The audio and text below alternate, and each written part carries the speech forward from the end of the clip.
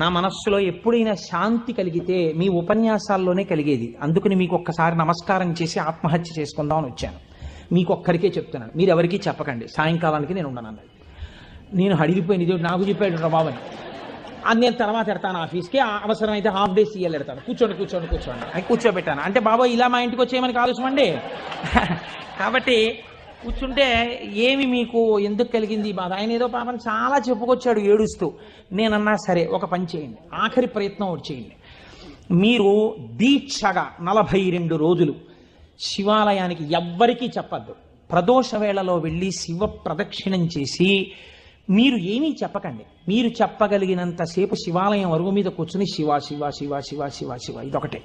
ఒక 42 రోజులు ఈ దరిద్రాన్ని, మీ కష్టాలని అనుభవించి చూడండి అన్నారు. మీరు నమ్ముతారా? ఆ వ్యక్తి నా దగ్గరికి వచ్చి నా జీవితంలో ఆశించని రీతిలో నా జీవితానికి ఒక కొత్త మలుపు